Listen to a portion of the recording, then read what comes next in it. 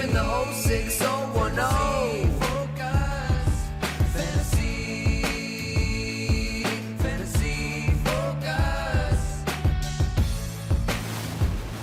What's good, friends? Welcome into Fantasy Focus Football, presented by Little Caesars. My name is Daniel Dopp, joined by Field Yates and Mike Clay. Mike, I'm sorry, do you have a collared shirt on today? You know what? I'm glad you said something because you came in here and the first thing you said was, "Oh, Field, I love your." I mean, Field does have a good-looking jacket, button-up right now. Shirt jacket. I'm always playing for second. I realize that, but no, that was nice. I didn't even realize. I bring a collar to the table today. I get nothing. I was saving it for the show. I love that knitted polo you're rocking. I agree. Thank you. Looks excellent. I appreciate that. I certainly didn't pick it out, but I'm wearing it. Well, on two things. On top of the fact it looks very sharp, Yes. it also shows off the muscles. It does. Yeah, it is tight around the arms. It makes it look like I've been working out, Which you have been. religiously. Also, not like I used to. I'm slacking a little bit. It's the season, guys. It's the Like, season. it's We the don't have season. time to Yeah, this that's is how I right, work now. out in season. Yeah, that's right. Yes. Have you maybe peck maybe your that way does through help. the Maybe season? that does give me a little What, mess. Mike? New haircut? New haircut too, guys. Yeah. it was Whoa, big. new you, It's Mike busy. Clay. Yeah. Hey, if I get 15 minutes free during the season, right to the haircut. That's where it's at. Yeah. Is it true that you told your girlfriend you're not willing to take the relationship to the next level unless she changes her name legally to Kelly Green? Is that true? I heard that on the internet. Anjanga. Yeah. on Zanga. Yeah. Zanga. I heard that. Yeah, there was a rumor that was going on. No? that's not true. It just happens to work out that Kelly Green, your favorite color, is also like a full first and last name. Yeah. That's not, I no, see what you're nothing? doing there. I thought there was a reference I was missing, so I had to process that. No, for a I was second. just curious. I just No, had no idea. All right, we got a lot on today's show. We're diving into our Week 9 preview, Part 1. We got the real deal we're going to dive into a little bit later today. Mike, your playbook comes out today like it does every Thursday, which means we are going to dive into the wide receiver cornerback matchups as we do and give out a long shot. But first and foremost, shout out to our friends over at Trophy Smack. Head on over to TrophySmack.com. Use the promo code FOCUS10 for 10% off your order over at TrophySmack.com. Let's dive into our Week 9 preview, Part 1. Yeah. We each brought 3 different topics to the table. Field Minister Yates. Yeah. I'm going to start with you. All right, let's do it. And so we talked about this a little bit yesterday, but let's just hammer it home once again. Not everything in fantasy football that we discuss, at least here on Fantasy Focus, is like, hey, this guy's a fringe player. I say you start him. Mike says you sit him. Like sometimes it's just talking about players that you are going to start and wondering whether the outlook can be better than it has been or might be worse than it has been, right? Jalen Warren last week against the Packers and James Cook against the Falcons a couple of weeks ago, Quinton Judkins against the Patriots. So Justin Jefferson fits into the category of we're not telling you to start or sit Justin Jefferson.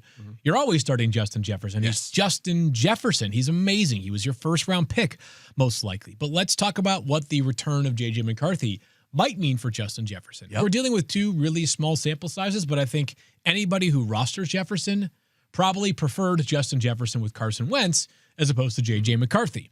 They played 2 games together, did Jefferson and McCarthy. Here were Justin Jefferson's stat lines. 4 catches, 44 yards, and a touchdown. A lot of that came in the fourth quarter of week 1. Okay. And then 3 catches for 81 yards. There was a 50-yard play in that game. That was week 2 against the Falcons. No touchdowns in that game. So you're talking about a player who in 2 starts with J.J. McCarthy, 14.4 and 11.1 fantasy points. That sounds great. Sign me up for that in Week 9. Truth be told, and it's by far, it's not close to the biggest flop of the first round. There have been other players that have flopped harder, not just in the first round, but some of the blue chippers. And it's not Justin Jefferson's fault. The guy is otherworldly. But for a guy that went in the first 5 picks, the fact that he has not yet been better than wide receiver 8 this season is disappointing, to be very, very clear. So can J.J. McCarthy find some confidence? Can J.J. McCarthy find some Justin Jefferson? To me, is a big storyline on Sunday. Who do they play against? The Detroit Lions. So this seems like a matchup that would suggest they could for one of 2 reasons. 1, the Lions are a very good run defense. 2, the Lions score so many points, and they're still pretty banged up at corner that it's going to be an issue covering one of the best receivers in the NFL. Agreed. Yeah. Well said. Thank you. I would, look, I have him projected for 18 points. He's averaging 15 so far this season. Yeah. But, top guys like JSN projected for 25. Jamar I Chase saw for that, and it made 23. me cackle. Yeah. Puka for 22. I mean, he's not at that level right now. There's clearly a drop-off. So we're, generally in perfect conditions, let's say last year with Sam Darnold, we might be projecting him for 23 or 22 in this matchup. So that's a 4 or 5 point difference. So we are baking that into the projection, but at the same time, he's doing enough that he's still a top 10 option. So again, like you Yeah. said, he's a lineup lock. It doesn't matter if we rank him 1st or 10th. You got to start this guy, but you're right. He's not paying off his value right now. Let's be clear. This is not about whether you should start or sit the player anymore. This is about your mental wellness going forward. Yes. Right. This is about, do I wake up on Monday morning and like, yes, I got 25. I'll peel the curtain back one more time on this. I think I've talked about this league previously, but I'm in a league where we have a loser punishment every single week. Yep. We spin the wheel. Yep. Hey, Brooks, why don't you pay off your freaking punishment? He's like 4 weeks late on paying it off. Oh my gosh, And Brooks. We're thinking about not even just relegation. We're thinking about expelling him from the friend group. Wow. It's getting bad. When you get uninvited from the group text, That's it's not really good. Yeah, it's not good. Yeah, that's not good. Anyways, I have just an absolutely dog crap team because what I did was I just chased the floor early in the draft. So I took Jefferson, Yep. Brock Bowers, and Josh Allen, my first 3 picks. Whoops. Thinking like I've got every week probably between 65 and 75 points coming my way when those 3 are not on their bye. Yep. Not so fast, my friend. That was not the case, as all 3 of them, obviously Bowers because of injury, but all 3 of them have underwhelmed. Yeah. Yeah. Like, it's just a fact. So, somehow I've avoided the loser punishment. Like, I've still managed to be like the second slowest bear as opposed to the slowest bear in this race. No, I mean, my team still sucks. But anyways, we need some Justin Jefferson to make me continue. I don't want to have to do a beer mile or chug a hot sauce shot or any of those something. things. Yeah. No, thank you. gnarly. I'm a little bit disappointed because coming into the season field, one of the things, and I have said this, you know that this is a thing that I say, but I have been on the train that Justin Jefferson has always been and will always be quarterback agnostic. And to start the season, it didn't really work out that way like it had in seasons past. So Yeah, he needs a quarterback that's not considered good when he gets there. yes. Right? It's yes. I guess Give Kirk me Nick Cousins was Mullins considered again. Good, Like, right? Yeah, honestly. but it's like, Cousins, a 4th-round pick who, even when he signed with Minnesota, it was like, this guy's a little bit of a stats merchant in some people's eyes, right? Yeah. Kirk was always fighting an uphill battle. Sam Darnold, it was like, yeah, there we go again. Another team says Sam Darnold can be fixed. Turns out he can be. Turns out. Yeah. JJ McCarthy, 10th overall pick. It's like, no, he's too good coming into the Hey, maybe he'll make a leap now that he's back from the injury. Yeah. But you see it on the screen here. Projection 10 targets. That's what we need from JJ. Yes. Yeah. Agreed. Throw him the football 10 times. We Do can't it. have 6 or 7 targets. We need 10 plus targets for Jefferson, and we'll be happy. What do you got? All right, first one for me is a player that I believe Daniel spoke about yesterday, Chase Brown, Ooh, and what the hey. outlook is right now for the Bengals backfield, because there's some minuses and some pluses to There look are. at with Chase Brown's outlook right now. Last week, 12 carries and 3 targets and 31 snaps, but Samaje Perine, guys, right behind, 9 carries and 1 target on 25 snaps, a difference of just 6 snaps, and that's a trend now going back 3 weeks. On the plus side, he's been a lot better with Joe Flacco under center, 100-plus yards, Who hasn't 2 been? straight. That's true. 2 touchdowns, 25.5 fantasy points just last week. But he's only been over 13.1 fantasy points one time this season. That was the first time he has done it. last week. And that includes the week before when he had over 100 yards. He still didn't get past 13.1. So I'm not willing to go all in on him just yet, especially as they're rolling back his usage. They are playing Chicago, which helps. It's a great matchup. They allowed 8 touchdowns, 5.2 yards per carry, and a league high 93% catch rate to running back so far this season. So it should be a more efficient day than usual for Chase Brown. If Joe Flacco is in there, Thank you. yeah, get into that. And it's all systems go. I have Chase Brown at RB17. Okay. So I'm going to view him as a mid to back end RB2 for this week, and hope this trend up continues. However, if Joe Flacco's out, we go back to Jake Browning. Obviously, things were not as good for this offense back then, and we'll have to downgrade him a little bit. But I think either way, worst case scenario for this week, he's a flex option. Yeah, you talked about not feeling, did you use the word confidence? You're not. Yeah, I mean, I don't know if I use that word, but that would be fair. I don't know if I'm there yet. I'd like to caution you with having too much confidence in Chase Brown as someone that's ridden this train for the first 8 weeks of the Did season. you start him the last 2 weeks, though? I did start him this last week. That's good. So that was helpful. However, I have been wondering, this is one of those things where it's like if you just held on to your shares of Chase Brown because you couldn't get out, you couldn't get enough for him to move him, and he's still a starting running back. I think there has been a question of like, well, wait a minute, has this revitalized enough with Joe Flacco under center that like maybe I can have a guy here? So I'm going to hope that he is the starting quarterback, because if it's Jake Browning, I don't think that you can play Chase Brown. For me, I would not play Chase Brown at the running back I spot. think, though, I mean, you look at the options in that area, though, of our rankings right now. With I don't these think I teams wanna on a look at bye those and some options. injuries. You kind of have to. I mean, you're looking Ramondre Stevenson. We'll get to him at some point. We don't know if he's going to play, But David Montgomery, he's fine. Alvin Kamara, who I'm going to get to shortly. Bam Knight, Ken Walker, J.K. Dobbins, we talked about yesterday. Yeah. Charbonnet, Aaron Jones, Krosky, There's some guys. if you're like, Brown might be the best of that group. I mean, I have him ranked highest of that group right now. So it's a tricky one to sort through, but I would feel a lot better if Joe Flacco, who, by the way, is questionable for this one, missing practice. Yep. If he plays, I'll feel more confident. We'll dive into that a little bit more tomorrow when we look at the practice report. I'm going to talk about Brock Bowers. Fields, you had mentioned sometimes there are guys that we know we're going to start, but let's have a conversation about them. We haven't seen Brock Bowers in a couple of weeks, so I kind of just want to fill the people in. It's been a minute since you've seen him. We've gotten one half of 4. We got one half of good Brock football Bowers so far. Yes, until he got hurt. Yeah, have not seen him since week 4. He has been out with a knee injury. The good news is he fully practiced on Wednesday. We are finally expecting to see him back out there on the field on Sunday, which means definitively, like end of analysis, we are starting him in fantasy football. That's like the main part. Yeah. No, but I do want to now. You said end of analysis. But I do want to talk about the offense and the rest of what it means. Because when you look at this, 4 games this season, and you had alluded to this, Mike, outside of week 1's 5 for 103 for 15.3 fantasy points, he's been fine, but not spectacular. I do think he was banged up those other games. Yep. Over the last month that he has been out, the Raiders are 27th in rushing yards per game, 27th in passing yards per game, and 31st in points per game. Their offense almost couldn't be worse than what it has been. That sounds hard to do, yeah. They've only scored 2 touchdowns since Brock Bowers has missed time. He's been out for a month. They've scored 2 touchdowns in a month. Wild.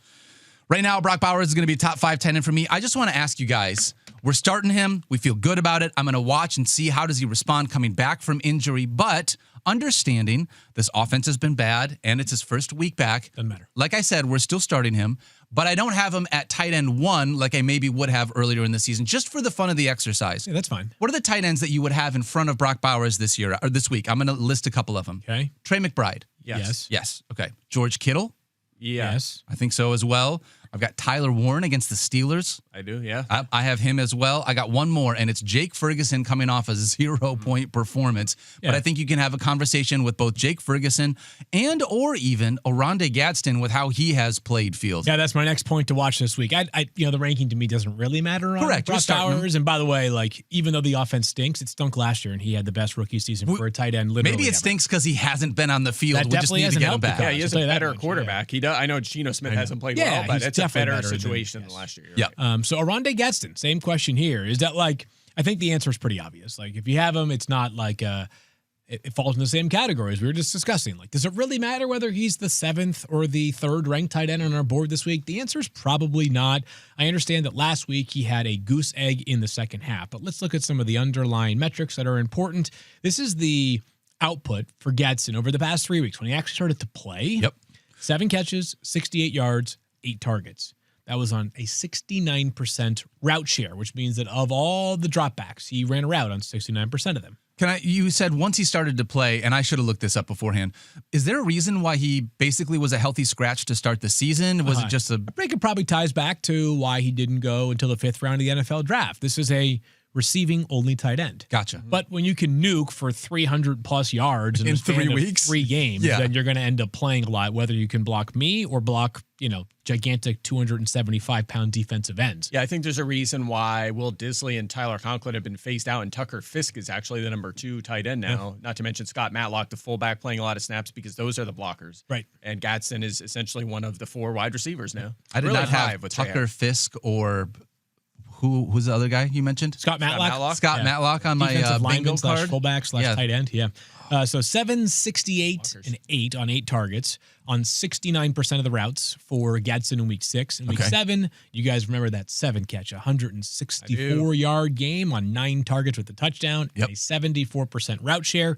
And then last week, 5 catches, 77 yards, 1 touchdown, all on 5 targets. Wow. And he ran a route on just, I think it was 72% of the dropbacks. That's all. But all of them, except for, it was every time that Justin Herbert dropped back, but 1, he was on the field for it. So the number is a little bit misleading because of the garbage time late in the game, but he was playing a ton. We have been desperate for tight end help all season, and Oronde Gadsden has arrived. If there is a concern for this weekend, I think it's pretty straightforward. is this game 28-0 at the first half, and that's because Kamani Vidal and Keenan Allen and Ladd McConkey accounted for 4 touchdowns in the first half. Sure. Yeah, but that's going to be the case for all these guys, which I'm going to talk about Quentin Johnson in a little while. Yeah, But, fire away then. Do you want me to go to that one now? Why do not? it. Let's Why not? dive right Talk in. about it. I love the Chargers. Yeah, let's do it. Go Chargers, go. So, yeah, I want to talk about 2 guys that had zeros last week, Quentin Johnson and the guy you just mentioned, Jake Ferguson. Jake Ferguson, So let's yeah. talk Fergie about their Ferg. outlooks coming off those games because look, I have Ferguson, I have Johnson. It's Yeah. kind of tough to put them back in your lineup. I mean, you could look at it 2 ways. You could look at it as, okay, they had a 0, I can't trust them, or the opposite, which is they're not going to let that happen again. They're going to, Johnston and Ferguson might see the first target of the game. So that's the tricky part. But starting with Johnson again, 0 targets last week. He only played 53% of the snaps. What the Chargers are doing right now, by the way, he played 86% the first 6 games of the season. So that was a Meaning sharp dip. Johnston. Yeah. Johnson. The change was Trey Harris, the second-round rookie, but he wasn't running routes. He was out there to block. So Trey Harris played a ton of snaps in that And game. catch touchdowns. He ran like 7 routes. Didn't he catch a touchdown in that game He too? did catch He one did, touchdown but late. that was one of his like 7 routes in the game. Okay. So that's when they're throwing the football, they're still leaning towards Johnson, Keenan Allen, Ladd McConkey, and of course Aranda Getz, and we just talked about and Vidal in the backfield. That's their group when they're throwing the football. So that's good. But what's bad is over the last 3 games, Quentin Johnson has a total of 10 targets and 17.9 fantasy points. Guys, the first 4 games of the season, he averaged 9.3 targets and 19.9 fantasy points per game. He doesn't even total that. Over It's the like last, 2024 Quentin Johnson. Can I have right that now. number again? He averaged what in the first 4 He games? averaged 9.3 targets and 19.9 fantasy points per game. The last 3 games, he has a total of 10 targets and 17.9 fantasy points. Wow. I got a Quentin Johnston story, and then you. Okay. But once you're done, They are playing the Titans. Is a good matchup. I'll save a little bit of that for a few minutes from now when we do the Shadow Report. So that gives me some optimism for him this week. Okay. But guys, the other one here, do you want to talk about that now, or do you want me to go to Jake Ferguson? yeah, here's my Quentin Johnston story. So I've got one of my absolute best friends in life. His name is Sam. Love you, Sam. We have a huge matchup this weekend in our fantasy league. Sam actually officiated my wedding. I officiated his wedding. Be one of my best friends forever. Absolutely love the man. He, after Friday night football in week 1, when the Chargers and the Chiefs played down in Brazil, he texted me and he was like, is Quentin Johnston the #1 waiver wire pickup for the entire season? And I was like, oh man, I don't know, dude. Like, we've watched 2 games. Like, let's see some stuff unfold. Like, perhaps We've watched a lot of Quentin Johnston, actually. So after one game, it's tough to just be like, Yeah. And I was like, and so my response to him was like, dude, I don't know. Like, I can't go that far yet, but he certainly has my attention. Sam has everything he touches turns to gold to him. yeah. Right? Like, he's this unbelievable athlete. He's super magnanimous. Like, everybody loves him. He's just one of the greatest guys you'll ever meet. And for like 5 straight weeks, I was like, God damn it. I knew when Sam endorsed him, I knew that I should have taken Quentin Johnston to heart. And like 5 straight weeks of like, 19.9 fantasy points. I'm like, Sam freaking does it again. Yeah. So, I think Sam might have him in the matchup that we are facing off against this weekend. So now you're saying you can't trust him? Yes. Yeah, I can't trust It's like, Sam. no, Right. Sam. Like Sam or Sam, he Quentin? started hot, but I Either knew one. that I just once feel we like got to a the middle of jerk the 'cause season, I sort of like put a little bit of cold water on Sam's flame there. I was like, I don't know, man. Like, I can't get that far myself. Did you do know? that, or did logic? Because we had seen 2 years of what Quentin Johnston had looked like, and this could have Normally, just I been would say logic. Yeah. This is like, to me, when I saw this, and we can move on after this, but like I saw Quentin Johnston week 1, and one of my first thoughts was, I didn't mention it, but it felt like a Sammy Watkins type thing. Whereas, like, is this a guy that's just going to have one major, huge week, and then we're all going to overreact to it? Yeah. I don't know. And then we it's were like- talking about him in a certain way after like 3 games. So I know, and then it became a It was thing. 4 straight good games. It Yes. wasn't like 2 good games, 2 bad games. It was 4 consecutive really good games with a lot of touchdowns and a lot of targets and a lot of air yards. Yeah. I mean, it's like at that point we can't ignore it. I mean, there's Correct. something going on here. And by the After- way, he might have back-to-back good games now, and we're right back on him as a top 15 option. Yeah. It's very Yep. possible. Yeah. He's still out there running routes and a big part of a good offense. So, yeah, I think he's 3rd in line among Chargers receivers right now, but still startable as a. We still not a playing lineup that lock. game? You want to put out a Kinda social media hijacked you post? there. Yeah, not a lineup. We'll do it every week. It's a new order every week. I think the bottom line is It's a they're all run- startable still, including Getz. And yeah, so I was just going to say, now that you've got Jalen 4 of them. Rager is the #1 Chargers receiver. Yeah, who knows? Yeah, Put Trey that- Harris at some point, maybe. Anyway, guys, the other one, of course, is Jake Ferguson coming off a shocking 0. Yeah. Brian Schottenheimer was asked about this, and he addressed it. He said that it was the scheme. It was just the defensive scheme. The way they spread out the defense, they couldn't get it to him. He's still a big part of the offense. So Yeah, I'm not worried about I'm not this worried one at about this one. He's still going to be a big part of an offense that's going to have to throw the football a lot. The defense is not getting any better. He's a huge part of this offense. And also they throw so much and they score so much that you can CeeDee Lamb could be a top 5 receiver, George Pickens top 15 to 20, and Ferguson a top 5 tight. Totally. They could absolutely Yeah, support, not to 100%. mention Javonte Williams. So Yeah. they're fine. Every game they have to win. They play Big 12 games only. If they win, I like that. 38-33. Yes, It's exactly. awesome. Exactly It's right. great for fantasy. No doubt. And by the way, even with that 0 catch game, he leads all tight ends with 51 catches. He's second in touchdowns and end zone targets this season. So the volume has been there for him. And a good matchup, by the way. Arizona, 4th most catches and yards to tight ends so far this season. Has Dallas had their bye week already? They have not. No. They have not. Okay. So they got one more coming up. All right. I'm going to talk about some running backs here for the Arizona Cardinals. I mentioned this already on Tuesday when we were talking waiver wire. Mike, you didn't get to be here as a part of this. Yeah, so I figured you could weigh in if you wanted to. But Bam Knight is the running back we are talking about. We had some crazy things happen earlier in the week where Michael Carter got released. I asked Fields about it on the show on Tuesday. He has now been added back to the practice squad. Yes. So it feels like we are ramping right back up to the exact thing that you had talked about on Tuesday, Field, where this is just them doing some roster stuff that they do as a part of the NFL in the middle of the week. Nothing really to see other than that. So Bam Knight going to be the 1A in the Arizona backfield. Michael Carter has been the 1B over the last handful of games. Bam Knight, 3 straight games with over 19.5 fantasy points. And when you look at this matchup, we say it every single Did week. you say Bam Knight 3 straight over 19 and a half? 9.5. Oh, 9.5. 9.5. You did say 19.5. Did I say 19 and a half? That is my bad, friends. I was like, dude, I feel like he's been good, but he's if he was not Most at he's 19 had and a is half. 12.4. So Correct, I don't yes. think that's... I have 9.5 written down on my sheet, so apologies about that. However, the most that he's had is 12.4, but he's not playing 85% of the snaps. No, he it's hasn't been a played- committee. He hasn't played half the snaps in a game yet. Correct. So all of this happening right now, the whole point is they get the Dallas Cowboys. That's the thing. It's the matchup. And I mentioned this on Tuesday, but I'm going to mention these running backs that have played the Dallas Cowboys already. Cam Skadaboo had 13.9. J.K. Dobbins had over 14. Breece Hall, bless you, had 17.5. Twice. Saquon had 18.4. R.J. Harvey had over 24 fantasy points. Josh Jacob on had 2 over touches. 31 fantasy points. And Rico Dowdle scored 33.9 fantasy days. points. So you've got a bunch of running backs that gives you a very safe floor. And because of that safe floor, that is the Dallas Cowboys. Bam Knight, for me, checks in as running back 18. He is a low-end RB2, high-end flex option for you. Alrighty.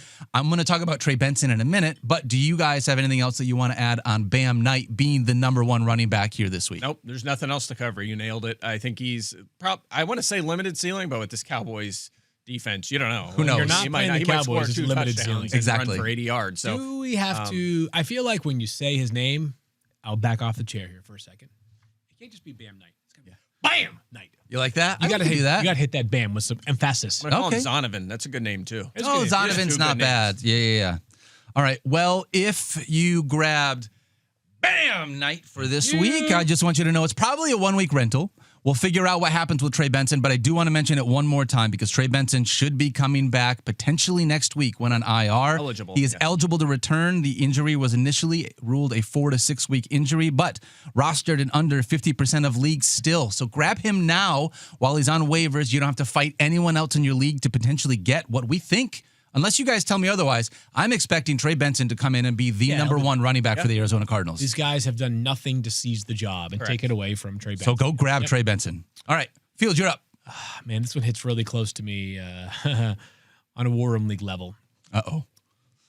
There may not be, it's got to be a top 3 matchup for a quarterback right now playing the Bengals. Yes. Top 5 at worst. And yet, can you play Caleb Williams this week? Oh. The matchup is so good. Check this out, to quote Mike Clay. Over the past 4 games, how many passing touchdowns does Caleb Williams have? Over the past 4 games? 4 games. I'll say 2. That's correct. However, That'd be close to it that. is, even get a guess. it is the Bengals. Well, he guessed it right away. Yeah, sorry. 2. Caleb, over his last 4 games, has 2 passing touchdowns, as both Daniel and Mike accurately guessed. If you're looking for the good news, they play the Bengals. Yep. 4 of the past 5 quarterbacks have actually gone above 20 fantasy points against them. Can you guys name the one quarterback in the last 5 games to not go over 20 fantasy points against Cincinnati? I can't remember who anyone has played. I know. I was going to say, That's- the way you say that, Patrick Mahomes. I don't know. No, they haven't played. Josh Allen. No. And I'm just thinking of good quarterbacks. Yeah. They haven't played This yet. guy's not quite at their level, but a really good quarterback. Jordan Love.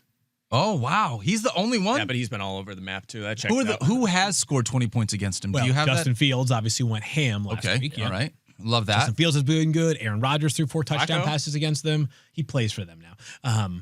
Oh yeah, he played against them too, right? He did. Yeah. He did play against them. Yeah. All right. So here's who we got: Bo Nix 25.7, Aaron Rodgers 22.5, Justin Fields and Jared Goff and Trevor Lawrence, all of them smashed. Yeah. So with Caleb, I would tell you that he has a total of 20 rushing yards over the past 3 games.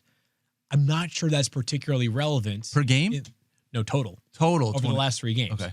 I'm not sure that's particularly relevant because you don't need it against this defense. Like we just talked about Jared Goff and Aaron Rodgers and Trevor Lawrence. Yep. And none of those guys are going to be mistaken for Justin Fields obviously is an excellent runner, but these guys got the job done without running the football. And for those reasons, Caleb Williams on paper seems to be in a really, really good spot.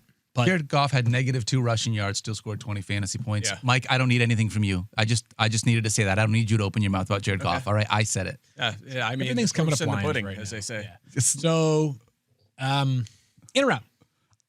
I'm in. I'm at 10. Okay. I'll take the matchup. I was going to say I'm in because of the matchup, Yeah. but I feel all of the emotional things that you are dealing with right now because you don't always feel confidence in these situations, right? Yeah, and I really, and maybe there's a Lions fan or a Packers fan out there listening or a Vikings fan who says nobody cares about this thought, but I do care about it. I want Caleb to be good, man. There's a ton of pressure when you're the number 1 overall pick in general. Yep. There's a lot of pressure when you're the number 1 overall pick in a draft in which 6 quarterbacks got taken in the first 12, right? Because no one's going to even if Drake May wasn't doing what he's doing right now, who was going to blame the Patriots? Dude, it was so obvious there were 3 elite quarterbacks. Why would you not take Drake May at number 3? Yeah. Now it's Caleb is dealing with the pressure of Jaden took his team to the freaking NFC Championship game last year. Drake May's got the 3rd shortest ESPN bet MVP odds right now. I'm sure it's not fun for Caleb. You got to do your best to block out the noise. And remember, more than anything else, you have to run in your own lane. It's your path. So I hope Caleb Williams gets right for selfish reasons in fantasy football, but certainly for the kid as well, because the Bears' future is obviously largely determined by Caleb taking a big step forward. Yeah, and they have to get the job done this week against this team. A lot of motivation. They lost to Snoop Huntley last week in Baltimore, which I thought they would win that game. I think they had enough talent to get the job done against I think they do. Lamar Jackson-less team, and they did not. So they need to. And honestly, it didn't really feel like they. I know the score wasn't massively wide. Although, by the way, we didn't even talk about that. There was one good game last week. Oh, we talked about it. Well, not you and I, 11 every game was decided by 11 plus points except for the Jets Bengals, which is unbelievable. So, but anyway, yeah, I mean, they got, they didn't have a lot of fight in that game. I thought they would win. They didn't. They did not. And they can't lose to the Bengals now. I'm actually going to go next. It was supposed to be Mike. Our producers asked me to have Mike go next, but I also want to talk about a quarterback that I maybe don't have as much confidence in, but I think also has a good matchup this week. Kyler Murray is averaging 15.6 fantasy points per game this year. 15.6. He's quarterback 21 on the season. But he gets the Dallas freaking Cowboys this week. Yeah. Same kind of thing. He had one good game. Week 1, he was quarterback 9 with 18.3 fantasy points. Outside of that, he has not finished as a top 13 quarterback in any other game this season. He literally has not been a starter outside of week 1 for anything. And now, Mike Clay, in his infinite wisdom, has decided to give Kyler Murray a 21.9 point projection against the Dallas Cowboys. I wonder why. Yeah. Oh, you said it at the end there. Kyler Murray has not scored even 20 points. Now scored 19 points, has not hit 20 points, has not hit 21 points. But you've got him projected for 21.5 in a season in which he's averaging 15.3. And it's because of the Dallas Cowboys. I understand that. I get it. So my question to you guys is this just one of those matchups where Kyler's good enough? Yeah. That even though he has been really bad this year and outside the top 12, really bad. He hasn't been a starter. 16 points isn't horrific. It's just say that's we were talking about Caleb Williams a moment ago. Caleb's bads have literally cost you the week, right? 4 fantasy points, 6 fantasy points, couple single digits in there is what you're saying. Kyler's never been in the single 14 digits, or more every week, and he has at least 3.2 yards as a rusher every week. Between 14 and 18, he has such it's a tight, very narrow range. But that's why the idea of 21 points against the Cowboys is not unfathomable. Yeah, it's one more touchdown. That's all we need is just one more touchdown. He's been getting the rushing too. He has been running the football as well. he's just felt underwhelming to me. I just wanted to ask you guys, it's the same type of thing, because to me, this is an emotional situation. I feel you on that. I have not played Kyler Murray and felt confident in starting him. Mind you, he's been banged up, missed the last couple of weeks. Obviously, Jacoby Brissett has started. But I haven't felt good about it, and I have started guys that I've picked up off the waiver wire over Kyler Murray. And this is that week where it's like, are you going to go back to Kyler because the matchup is just too good to pass up? That's the conversation. I totally get if you say yes, and I have him as quarterback 10, so I would do the same. But if someone was like, boy, I just don't feel good about Kyler, and they want to go with another streaming option that has done well for them, I don't think I would fault them for it. This is why, again, in my next life, when I get to rank players, I'm like, you're starting this player. Rather than a number. Starting this player. Yeah. That good matchup, not great player. Bad matchup, really good player. Like you throw them into categories like this because Caleb Williams and that's kind of Kyler Murray. That's how we order them. We just have to put them in a ranking order. But they're, I mean, that's every scenario is different. I play that game all the time, but it's just like, well, all right. Who would you rather have, Caleb Williams or Kyler Murray this week? Both have kind of struggled so far this year. Both have really great matchups. Kyler. You'd rather have Kyler? I would rather. Kyler. I have Kyler. You know what? It feels like a little bit, not as severe, but last week we were playing this game with Justin Fields. Yeah. Great matchup against the Bengals. Can we trust this guy? He's had so many duds, but it's the Bengals, and he paid off. Turns out we could trust him. We still ranked him as a QB1 for that reason. Yeah. And it worked out. So it feels very similar with Kyler Murray. All right. I like it. Mike, give me one more for you. Yeah, mine. We have to have a discussion about one of the best running backs in fantasy over the last decade and ask ourselves, is this man a lineup lock anymore in fantasy? It's Alvin Kamara. It has been a Monday. rough go. Yeah. It has been, what's that? This was the conversation I brought to the table on Monday. Yeah. All right. Well, I'm going to do it again. Okay. No, we should. I'm just going to repeat your numbers. Okay. Yeah, no, go Probably. for it. Yeah. Look, hasn't reached 13 fantasy points in a game since he had a season high 16 in week 2. That was a long time ago, guys. Hasn't scored a touchdown since week 1. Yep. He's been very quiet as a rusher lately, under 32 yards in 4 straight. And this is more concerning. He's just not a major factor in the passing game anymore. They have phased that out for some reason. He has an 11% target share. That is nearly half of his career rate entering this season of 20%. He's been under 30 receiving yards in 7 of 8 games so far this season.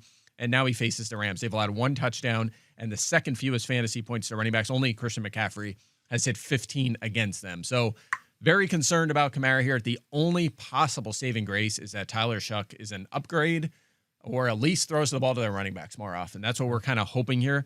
But I have him at 20, and honestly, I could have ranked him lower than that. The only reason he's at 20, guys, is because, as I mentioned earlier, there's not a lot of good options in that range right now. Yeah. You said that he is under 30 receiving yards in 7 of his last 8 games and under 32 rushing yards in 4 straight. Correct.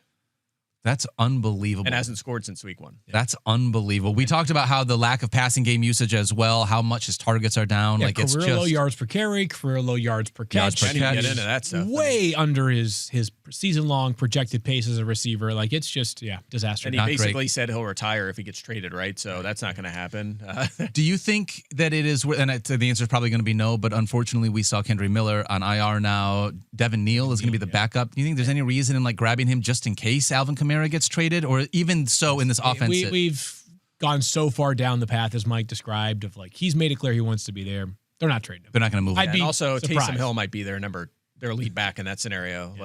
I assume they're going to keep ramping up Taysom Hill here, unless he gets traded to the Broncos. Yeah. Even back with Sean. But sure. The Kendry Miller injury might have actually been another contributing factor to why they're less likely to trade him. Yes. Yeah. Here you go the rest of the season with a 6th-round pick, Devin Neal, as your primary back. Yeah. Doesn't feel great. All right. Anyone else you want to talk about? I got the last one here, just to sort of throw another one into the RB2 conversation. Let's do it. Might be a guy who's a sort of positive outlook. We talked about him on Tuesday during the waiver wire segment. Oh. Tyrone Tracy. Yeah. On the radar. Definitely. He's inside each of our top 20 this week. The Giants actually, as of this moment, have just 2 running backs on the 53-man roster. Deep cut here. But when we went to the Bahamas the first time around, we were doing a Q&A, and one of the people that was in attendance was like, what are your thoughts on Turbo Miller? And I was like, what? Is this like Turbo's cousin or something? It's a Dante Turbo Miller. Yeah. Dante Turbo Miller is a running back, played at Miami, now with the Giants on their practice squad. And I'm sure he'll get elevated at the very least, but it's the Tyrone Tracy plus Devin Singletary show. Yep. The Niners have actually allowed a running back to reach 15 or more fantasy points in each of the last 5 games. Yeah. So an opportunity here for Tyrone Tracy, who you are required, like it's by law, that you must mention when you talk about Tyrone Tracy that he played wide receiver for 4 years in He college did. Yes. before moving to running back. So he does have that in his bag as well. Yeah, no All right. doubt. He was solid last year. We talked about this before the show off the air. I mean, he was a mid to back end RB2 last season when he was the lead back, playing 2/3 of the snaps. Yeah. And that was in a horrific offense that could not score points. Now it's better with Jackson Dart there. So there's an opportunity here for him to be a solid RB2. And just to add on to your point about the Niners defense, 26.5 fantasy points per game to running backs over the last 5 games. That's a pretty respectable sample. No doubt. I have him at 15 in my ranking, so I think he's a solid RB2 here. Seems like no Bosa, no Fred Warner, I mean, they're just dealing with tons of injuries in San Francisco. I thought they were playing above their. Again, a little biased because I was very down on them coming into the season, but You don't like Stefania, it's okay. That's fine. Yeah, it's not personal, Stefania. But they were kind of just kept sneaking by teams and impressively with the players they were missing. But now 2 losses in a row. Now they go into New York. I picked the Giants here. I think they win this game. So, in. Yeah, Maybe Brock Purdy's back. Yeah, That'd be sweet. I expect him back. Yeah. But I don't know. It's tough to just keep it going for 17 games with such a shorthanded roster. Yeah. Nice thing for the Giants, at least, is it feels like unless you guys tell me otherwise, it feels like they have a quarterback that they can be excited about for the next little bit, especially for the fans to rally around. The Malik Neighbors injury sucks. The Cam Cataboos injury sucks. Yeah. But thinking about if I'm a Giants fan, wait a minute, we found something, I think, in Jackson Dart. Our front four for the defense, by the way, we've got a great defensive line. Yeah. If we can get those 2 offensive pieces back next year, we've got something to be able to build towards. It feels like there's something building at least. Kind of like the Patriots last year, right? You found yourself a quarterback, but we still have work to do on the roster. Maybe a year or 2 we make the leap, and we've seen that. So I like it. Definitely could happen. All right, guys, it is now time for this week's Real Deal Player of the Week presented by Little Caesars. We're trying to get you free pizza again. 15% off pizza again. Excuse me. Last week. What, you got? That's right. We got 2 out of 3 weeks. We have gotten 2 out of 3 weeks, maybe 3 out of 4 even. I'm impressed. Yeah. All right. Yeah. Let's go. What do you got? This week we are going to go back to the well. I never want to pick the same player in back-to-back. Is that in the rules? It is not in the rules. It's just a rule that I have decided. Yeah. So I'm going to go with a player that I picked a couple weeks ago, and that is Sam Darnold. Okay. What a matchup. Sam Octavius Darnold. Yeah, taking on the Washington Commanders. Is that his actual middle name? I don't believe so. Don't fact check that. 15 or more fantasy points in 5 of his last 6 games. The only team in which he didn't hit 15 fantasy points against was Houston Texans. the Houston Texans. Yes. Which, by the way, it's the Houston freaking Texans. Awesome. So, they're really good. Washington allowing the 5th most fantasy points per game to the quarterback position this year. And I was going to bring it up if you didn't bring it up earlier in the show. He has a wide receiver with a projection over 24 fantasy points in this game. 24.57 is the exact number. For JSN. Unbelievable. Is that the biggest projection you've had for a wide receiver this year? Do you know? It's probably close to Puka Nacua when he was at his peak, week 4 or 5 was very close. Yeah. To that number. Wow. Well, Sam Darnold and Jackson Smith and Jigba have been unbelievable this season. I believe here in week 9 against the Commanders, that is going to continue to roll. So we're going to go with him as our Real Deal Player of the Week to try and get you 15% off pizza on Monday. Let's dive into the Mike Clay playbook as you give us the Shadow Report every single week, breaking down wide receiver cornerback matchups. Mike Clay, go on over to ESPN.com to find the playbook right now. Give us a couple of upgrades to start this. Let's do it. We'll start with Quentin Johnston. We talked about him earlier. This applies to Johnson and the Chargers wide receivers, Keenan Allen and Ladd McConkey as well. Again, we're not going to do Trey Harris because he's out there just pass blocking, run blocking, whatever it may be. But the Titans have allowed 9.7 yards per target. That is second highest, and a 75% catch rate. That is highest to wide receivers this season. Their top corner, L'Jarius Sneed, is on IR. And their top slot corner, Roger McCreary, was traded to the Rams on Monday. So even without Snead, they're just we're packing it in. I mean, their corners right now, can you name any of them? Any idea? Name one? Titans corner? One Titans corner right now. Honestly, it's so tough right now. I don't even know who's going to man the slot for them. That's Cortland Finnegan. Cortland Finnegan, yes, got it, yep. Jason that was McCourty. 1997 or something. I was just going to say, yeah, actually, they might need him. Maybe both McCourtys could go play. Kevin Bayard, but he's in Chicago now, right? Yeah, he's got long gone. Yeah, I'm trying to think of just someone else. Yeah, Bayard. Who else? Yeah, how about Jalen Armour Davis and Darrell Baker Jr.? Yep, there we go. That one, Darrell Baker Jr., obviously. So they're their perimeter corners. And then usually I could identify the next man up in the slot. I'm not sure what they're going to do. If they're going to use Amani Hooker or something. I don't know what they're going to do. Yep. So anyway, that's a mess. Chargers receivers in a fantastic spot this week. All right. Next up, Michael Pittman Jr. and the Colts receivers against the Steelers. This is a surprising one, but the Steelers cannot stop passing games right now. The most catches and yards to receivers, the 5th most fantasy points to receivers this season, the most over the last 4 weeks. So Colts receivers in a very good spot. Wow. Alec Pierce, Josh Downs, kind of like deeper league sleepers as well here. Okay. Next up, our guy, Travis Hunter. Yes. Yeah, baby, let's Travis go. Hunter against the Raiders. I mentioned this yesterday. Raiders 4th most catches and fantasy points, the 7th most yards, and 9 touchdowns already to wide receivers. And for all we know, Travis Hunter might be the number 1 receiver for the Jags starting this week. At the very least, he should be in lineups. So a good spot there. And finally, in upgrades. Can I ask you a quick question? Yes, sir, you can. Because Field and I had him at wide receiver 22. I think Field, you were at 25. Yep. Did you move Travis Hunter up after our conversation? No, you did not. He's on. No, I have him where he was. I have Thomas at 21, and I have Hunter at 35. Okay. So it's enough for him to But be still a great matchup. Yeah, and I boosted his target share a little bit. But again, he's had one good game. I'd like to see it again. And that's a very saturated area with guys that are also playing well. I mean, T. Higgins, assuming Joe Flacco goes, Wan'Dale Robinson, Tetaroa, Khalil Shakir has been awesome now for the last month or so. You talked up Juwan Jennings, other guys with good matchups like Quentin Johnson. There's a lot of good guys in that option, but again, or in that area. But if you have Hunter, I'd be hard pressed to put him on my bench. This is one of those conversations where when we talked about it, like wide receiver 20 to 35 on any given week can basically be, you're talking, Very close. 2 points, where you're looking at those guys in projections. Try to amend your lineup for sure. All right. Another guy you're going to start is Marvin Harrison Jr. against, of course, the Cowboys. We talked about Kyler Murray in this matchup, but Do you have to feel good about it, or do you just have to start him? No, I think if you have him and you drafted him, you're like, this is a week where finally I should be the week. Yeah, I mean, come on. Dallas has allowed 15 touchdowns to receivers. It's the most fantasy points, the highest yards per target. They're dead last in the EPA against the pass. Last week against Denver, they allowed 51.4 fantasy points and 3 touchdowns to Denver Broncos wide receivers. And I mean, Cortland Sutton, I think, was fine last week, right? You didn't like. He was fine. It was like Troy Franklin that really Troy Franklin lit it went up. off, yeah. So, I mean, Trevon Diggs is on IR now. I mean, it's a mess right now for their pass defense. So, yeah, all systems go for Marvin Harrison. No other Cardinals receivers, though. Michael Wilson just hasn't happened. I mean, you just can't trust any of these other guys. Yep. So, okay. that is it for upgrades. Like the upgrades? All right. It's nice to be. I feel like the first segment, Get the A block positivity. was all negative stuff. Yeah.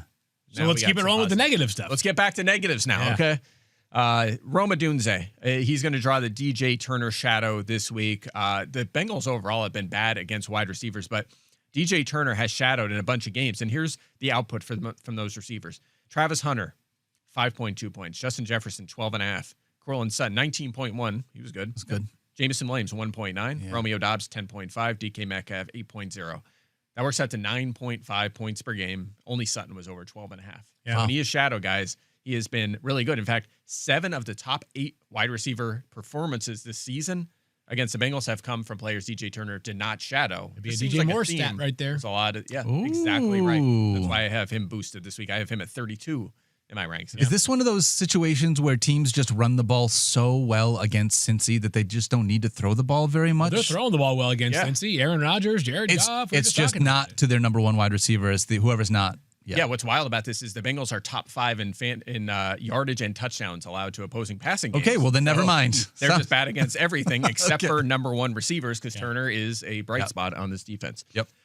Next up, guys, Drake London draws Christian Gonzalez. Now, I don't. This assumes London plays, of course. He was out last week. We suspect he may, but we'll keep an eye on that. Gonzalez has only shadowed once this season. He missed the first 3 games. Then he just played his side of the field the first couple games back. But last week they made the shift and he shadowed Jerry Jeudy. Jerry Jeudy had 0 catches in that game. So Gonzalez, who shadowed a lot last year and was very effective, is one of the better young corners in the NFL. So this is a potentially tough assignment here for Drake London, who's been really good, 25-plus points, 2 of his last 3, but a tough matchup here against Gonzalez potentially. Okay. Next up, we've talked about this guy a lot this season. Derek Stingley Jr. should shadow Cortland Sutton this week. Stingley has been very good. The guys he shadowed, he actually hasn't shadowed over like the last few weeks because they haven't had to. Sometimes you have these stretches where there's no like clear, definitive, standout number 1 perimeter receiver. Houston hasn't played any of them the last few weeks, but earlier in the year, shadowed Devontae Adams, 7.2 points, Mike Evans, 10.6, Brian Thomas Jr., 7.5. So He didn't shadow JSN, right? he did not shadow JSN, which is, JSN went it gets, and when it you have gets these tricky guys with that play those a lot guys. this I thought he might when he was on the perimeter. He didn't, but sometimes with those like short range guys, like Rashee Rice is another example of a guy that's probably not going to get shadowed very often because he moves around. It's not so much. Yeah, totally. Yep. Exactly right. So that was the case in that one. So that was a miss. But anyway, this is a tough assignment for Sutton, who generally is on the perimeter and has drawn a lot of shadows so far this season. Alrighty. We're also downgrading Troy Franklin. I know he's coming off a big game. It's going to be tempting to use him, but Houston has allowed the fourth fewest fantasy points to receivers, the lowest catch rate, and only 3 touchdowns so far to receivers. So You don't want any of them this week. You want Troy Franklin next week, Mike. I tried to allude to this. They play the Las Vegas Raiders next week. So if you need another dart throw, that's your Troy Franklin week. Is one of you going to talk about Bo Nix tomorrow? Because if not, I will mention. Okay, then we'll talk about it Bo tomorrow. Nix in this matchup. Yeah, good idea. Last one, guys, is another. This is a tricky situation. Nico Collins, again, let's assume he plays for the sake of this. If he plays, he will not see Pat Surtain II, who's on IR. He's going to be out for a while. That's Not on IR, but out. I thought he was. I thought they were going to. Oh, they may put him on IR. I guess they said. Well, but we'll keep an eye on that. But anyway, he's going to be out for a few weeks. Let's put it that way. It's still a tough matchup, I think. Yeah. The Broncos' defense is outstanding. Third best EPA against the pass. Only 2 touchdowns allowed to receivers. 6.3 yards per target. The second fewest fantasy points, just across the board dominance against that position. You know how many receivers have hit 20 fantasy points against them? I'm going to go 0, Mike. 0 is the correct answer. 0 receivers. So Ding, ding, ding. it is easier without Pat Surtain, but Riley Moss is solid. They have, Jahdae Barron was their first-round pick this year, just kind of chilling out in the bench this year because they're so stacked. Had his first interception last week. Yeah, exactly right. So they're in a good spot on defensively, even without Pat Surtain. Not as concerning as it would have been if Surtain played, but still a downgrade for the Houston passing game. Love that. And that's it. No more. Obviously, you have the rest of the playbook. You can go in and check that out. Mike has a ton of stuff in there That's to be all the able to shadows look. for this week. Yep. All right. Love that. Thank you very much, Mike. Clay. You're welcome. Can I go now? No, you Yes, you cannot. can. No, you cannot. I did just look this up because I was curious, as Fieldhead said. Denver not expecting to put Pat Surtain on IR, but they are expecting him to miss 4 to 6 weeks, which means if they can come They have back a bye in earlier, there. then maybe a chance he comes back a little early. Yep, exactly. We'll see how that works out.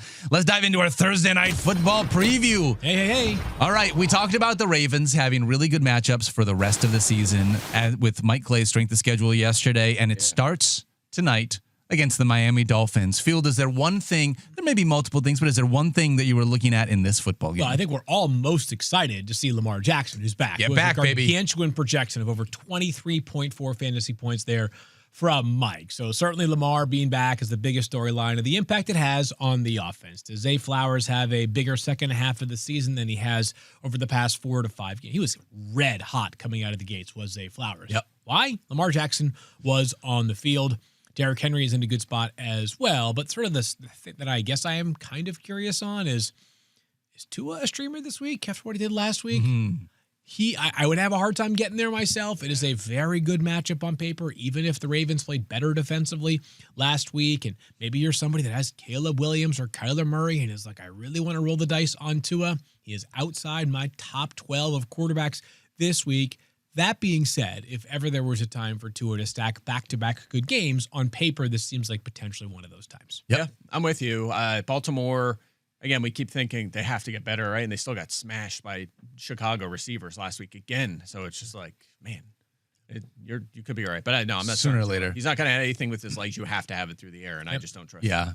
That's the one thing that I'm going to be watching is 2 weeks ago, after what was a brutal showing by the Miami Dolphins, I just had very little confidence in what that team looked like with the vibes, the way that if we were wondering if people were going to get fired after that game, and then a huge bounce back last week in a way that I did not plan on. So when I look at this Dolphins team, I'm curious which team is going to show up, which Jalen Waddle, which Tua.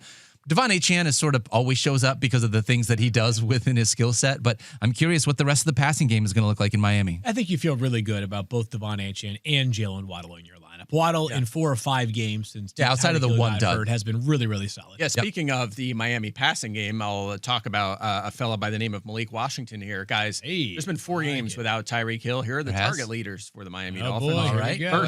First, Jalen Waddle, 26. No surprise. Second, Devon Achane right behind. He is 25. Yep. Okay. Third in line, not far behind, Malik Washington with 24. It was 26, 25, 24. He has been right there. He has 5+ targets in all 4 games. He had a career high 8 in week 7. I believe his average depth of target is half of a yard. Yeah. Which checks out because, as I'm going to get to here, he had a touchdown in week 8. Yeah. Okay. So, a couple of good things here.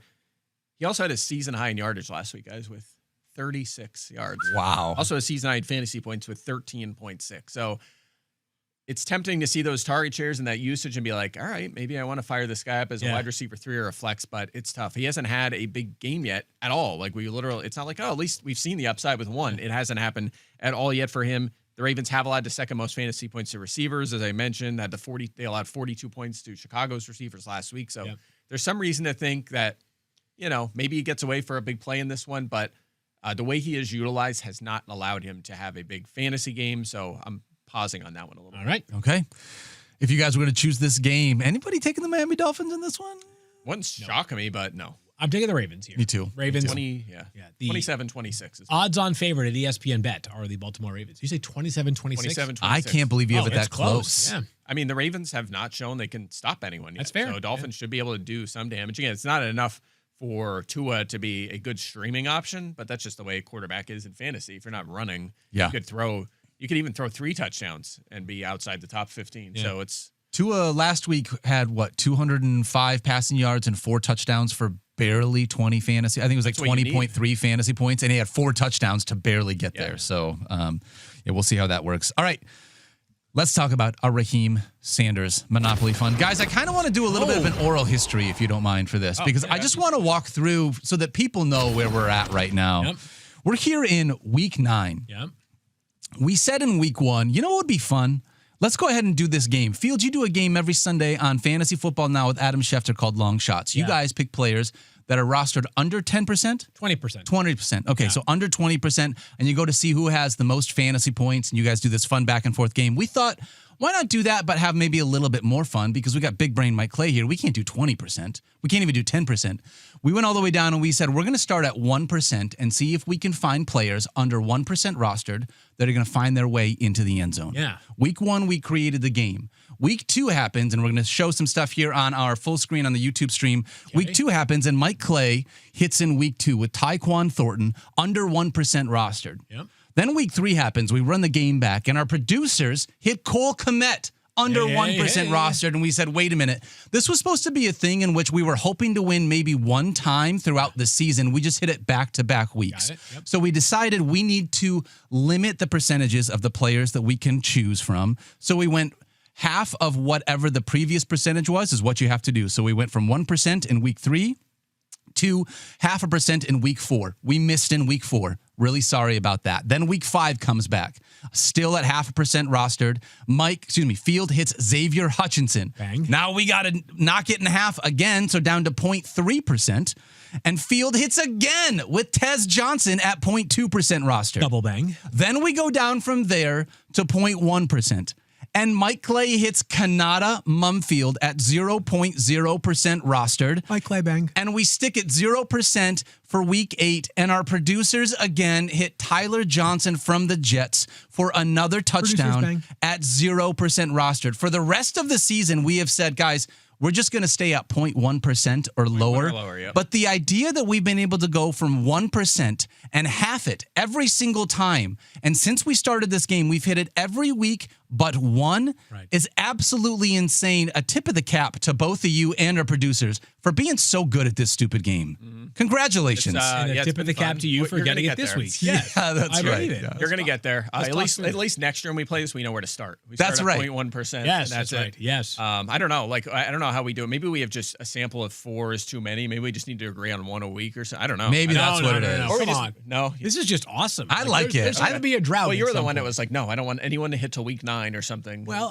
now I like it. Exactly. This has been fun. I feel like you're due, Daniel. I do feel like you're due. I agree. I also felt like when I was looking through the names this week, they were less inspiring than usual. They were a little bit, unfortunately. 0.1% or lower this week. As a part of this, every time that you hit the money that goes into our Raheim Sanders Monopoly Fund, whoever hits it gets the money. You guys have a boatload of cash right now. Yes, I'm rich. Yes, you guys are both doing very well.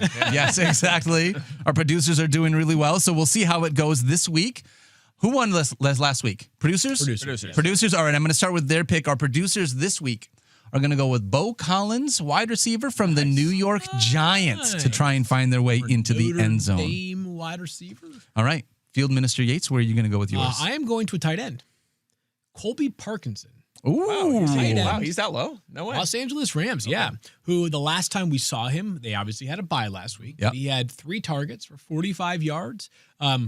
Okay. He's an okay player. Like, Yes. I look at it as like a guy who's going to be on the field for probably somewhere between 30 and 50% of the snaps. Yep. Awesome offense. Yep. Matthew Stafford throws it everywhere. Colby Parkinson I like it. against the Saints. I like it. You All want right. with the tight end?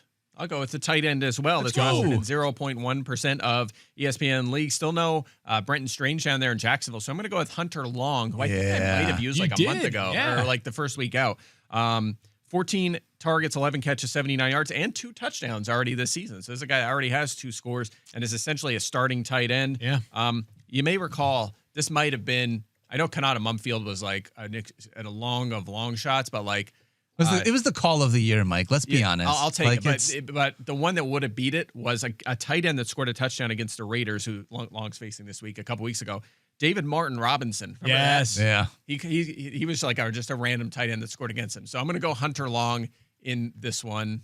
He gets it done this week. I like it. Big shout out to the Admiral as well, David Martin Robinson. Yeah. It's funny. That's a because, that's a like, basketball get it. reference. No, I get it. That's I one get that it. Mike Tim gets. Duncan and David Robinson, right? Yeah. Back when I watched am a little. so proud of you right now. yeah. That's so good. This is by like the when way, my kids do what they're supposed to do. I'm like, I'm speechless. I'm like, My only NBA exposure now is like once in a while I'll catch like from like all the Philly people. I follow like the Sixers things. Yeah. It sounds like they have a good rookie that's like VJ Edgecombe. Yeah, he has like he's more pretty good. points He's than Michael amazing. Jordan through 3 games or He had something. one of the greatest NBA debuts ever. He is also from the Bahamas, VJ Edgecombe. Oh, no way. Yeah. No way. Yeah. So, All right. Shout out. All right.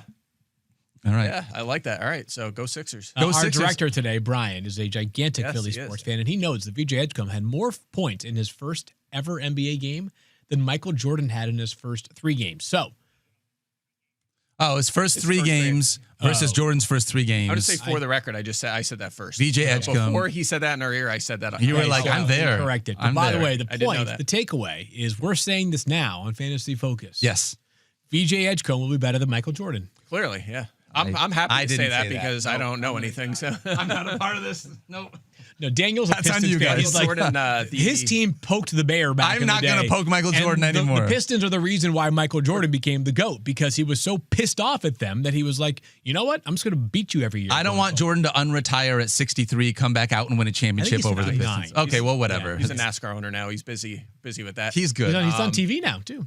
Yes, he is. Yeah. NBC. NBC, I saw that. Yeah. By the way, we were saying he's better than Panthers corner Michael Jordan. Oh, that's what it was. Way to pull If it back anyone- to if- football. Bucks Thank you. guard Michael Jordan. There you go. That too, yeah. Isn't it Michael, Or Michael Jackson. I'm sorry, Yeah. it's Michael Dang Jackson. it. Oh, Every Mike, time close. that guard Michael Jordan has some sort of transaction, he could be. I will tweet. Oh, yeah. Yeah. It's just Yeah, without yeah, fail. yeah. Yes, he's on the short list of guys. It's an auto tweet. You have to. Yeah, no doubt. There are others that are funny in different ways that you have to tweet. It's like Kobe Bryant is one Yes, of them. and- like Kobe. Yeah. We've been waiting. Obviously, this is the pick that's going to win it. Right, yes. We've been slow playing it, but we want to is let the you one. guys know. Who's tailing it? Who's tailing it? Everybody should be. Obviously, and you should tail it. By the way, if you put an anytime touchdown down on any of these people and they make it in the end zone, please shoot us a tweet. Send us I honestly anything. feel like, and this probably isn't allowed, but we should almost match your winnings. Yeah, I wish that we could. We should do something That's to be probably able to not do it. allowed, but yes. Or we yes. should get a cut, actually. I think No, that's we should or, like send you an autograph or something. I don't know. Like if you trail it and I don't want. You know what? I'm going to stop short because I don't want to. Whatever. Let's get into it though, because there. my player this week is going to be the wide receiver from the Arizona Cardinals that will get in the end zone. Wow, Zay Jones. Zay Jones. Oh, okay. 5 for 79 in week 6, 2 for 67 I in week used him a couple 7. weeks ago, yeah. You That did. was my Yep. pick. He almost- Bye week in week 8. And then you guys, originally, my player was going to be Hunter Long. The producers told me that I could not choose it because Mike had already chosen him. Aha. So you had me at the Dallas Cowboys is what I'm going with. I had a backup option, and I thought this is where you were going. Lions receiver, Khalif Raymond. Khalif Raymond? I thought about him. I too. thought it too. Yeah. Thought it too. That was my backup. It's funny, like when you pick these players, you end up watching them so closely. Oh during my the gosh. Game. And I was watching, and this was especially easy to watch because last week there were just 4 p.m. games, and 2 of them were not good. But the Cowboys and the Broncos was sort of the signature game. Yeah. And Nate Adkins, my pick last week, That's right. dropped That's the right. touchdown, like in the end zone. Now, there was also like an illegal shift or something, but it was so funny. For a second, I was like, no, I did. Yes, I know I did. Oh, that's. We were on the FF Now set for the Kanata Mumfield one, and I Yeah. was in basically a meeting with Yeah, you yeah, yeah. and Addison, and Field is screaming on From the other side of the studio. I'm like, what? I'm trying to listen to Addison. He's screaming.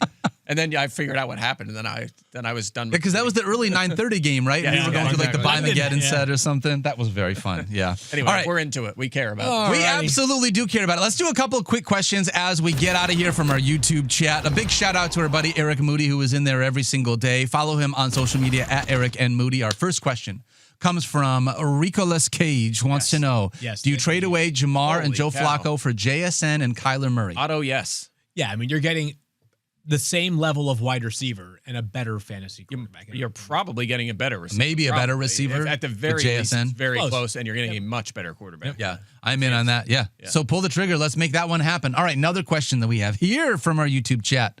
This one comes from AJH31696. Would you start Tucker Kraft, who has been red hot, or Marvin Harrison Jr. in your flex against the Dallas Cowboys? Tucker Kraft. Really? Wow. I'm going Harrison here for sure. Yeah. I know Kraft is average more fantasy points for him, but I'm taking Harrison in this match. Tucker Kraft. Boy, I don't want to be the one to break the tie because I don't feel confident in Marvin Harrison Jr. It's tough for me. It's tough to start two tight ends. Okay, well, I'm taking Tucker Kraft. Is it a board bet it? That's where I'm at. I think I want to board bet it. I think I might go with Tucker Kraft too, Field. Oh, You can also take the tie and just get the 2 points if you get the exact same number for Let's both do of that. those players. All right, let's do it. All right, I say Tucker Kraft outscores Marvin Harrison Jr. in Week 9. I say Marvin Harrison Jr. outscores Tucker Kraft in Week 9. I say they both score exactly the same number of points in Week 9. Put it on the board. That's a fun one right there. Yeah, that'll be a good one. Not very often that you're ranking a guy that was the number 4 overall pick against just a tight end. Yeah, No, Kraft he's a has good been tight end. averaging more points than Harrison this year, but He is Harrison the I highest projected scoring higher. tight end in all of fantasy football. Look right at now. that. All right. On a points per game basis. We got one more question here from our YouTube chat. This one comes in from Greg Mashopoulos, wants to know, Dopp, on behalf of the colorblind crew, thanks for bringing awareness to our struggles.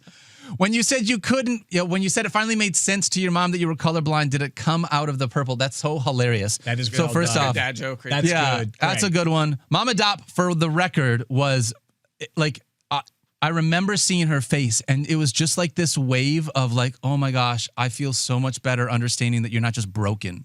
That there is like a reason for you to, yes, exactly. So it was very good. But I shout out anybody that is colorblind, you got to stand up for all the colorblind people out there. Greg, well done. Including Mike, for making sure that when you put out that chart, people like me can read it. Thank you very much for that. welcome. It's a great red polo Mike's wearing. It is. It's a good looking red polo. Like this. All right, that's going to do it for us today. Today's show was presented by Little Caesars on behalf of Field and Mike. Don't forget to love each other. Be kind to yourself. You guys deserve it. And we'll see you back here tomorrow on Friday. Peace.